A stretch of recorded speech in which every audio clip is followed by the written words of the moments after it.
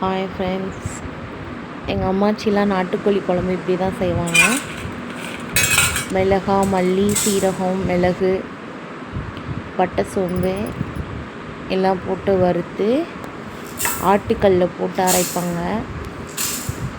அரைச்சி நல்லா பொன்னிறமாக வறுக்கணும். வறுத்து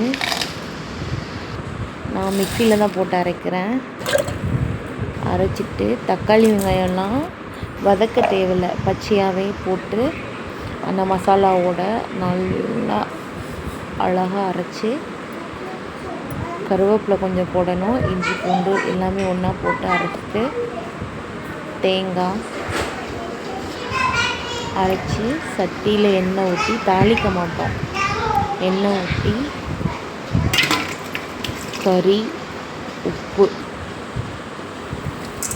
போட்டு நல்லா கிண்டிக்கணும். நல்லா கறியில் உப்பு சாறுற மாதிரி, அந்த நல்லெண்ணெய் சாறுற மாதிரி கிண்டிக்கணும்.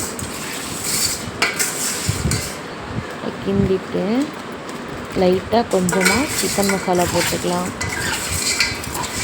சிக்கன் மசாலா போடணும்னு அவசியம் இல்லை, போட்டுக்கலாம். அரைச்சி வச்ச சாந்து எடுத்து ஊற்றி நல்லா கிண்டிக்கணும். அந்த எண்ணெய் சாந்து எல்லாம் அந்த கறியில் போய் நல்லா உட்காரணும். அப்போ தான் சூப்பராக இருக்கும், டேஸ்ட்டாக இருக்கும் சாப்பிட்றதுக்கு. இந்த மாதிரி குழம்பு வச்சு பாருங்கள், சூப்பராக இருக்கும். மேலே நல்லெண்ணெய் ஊற்றிக்கோங்க. ஊற்றி மூடிட்டு குழம்பு அடுப்பில் வச்சிடலாம். நல்லா சலன்னு கொதிஞ்சு வருது பாருங்கள். குழம்பு ரெடி ஆயிடுச்சு. நான் இறக்கிட்டேன். சூப்பராக இருக்கும். இந்த மாதிரி ட்ரை பண்ணி பாருங்கள்.